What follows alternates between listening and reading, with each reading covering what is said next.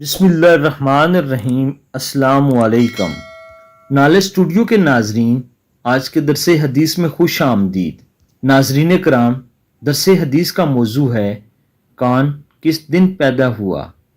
حضرت ابو ہریرہ رضی اللہ تعالی عنہ سے روایت ہے کہ رسول اللہ صلی اللہ علیہ وآلہ وسلم نے میرے ہاتھ کو پکڑ کر ارشاد فرمایا، اللہ رب العزت نے مٹی کو ہفتے کے دن پیدا کیا، اس میں پہاڑ اتوار کے دن پیدا کیے اور درختوں کو پیر کے دن پیدا کیا، مکروہات کو منگل کے دن پیدا کیا اور نور کو بدھ کے دن پیدا کیا، جمعرات کے دن زمین میں چوپائے پھیلائے اور آدم کو جمعہ کے دن عصر کے بعد مخلوق میں سب سے آخر میں جمعہ کی ساعات میں سے آخری ساعت عصر اور رات کے درمیان پیدا فرمایا۔ آگے اسی حدیث کی ایک اور سند ذکر کی گئی ہے۔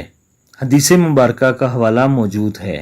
سبحان اللہ، اللہ تعالیٰ نے کس ترتیب کے ساتھ تمام مخلوقات کو پیدا کیا اور سب سے آخر میں انسان جیسی اشرف المخلوقات کو جمعہ کے دن آخری ساتوں میں پیدا فرما کر گویا تمام مخلوقات پر انسان کو برتری دے دی۔ ناظرین کرام، آپ سب دوستوں نے اس خوبصورت حدیث مبارکہ کو اپنے دوستوں کے ساتھ شیئر ضرور کرنا ہے۔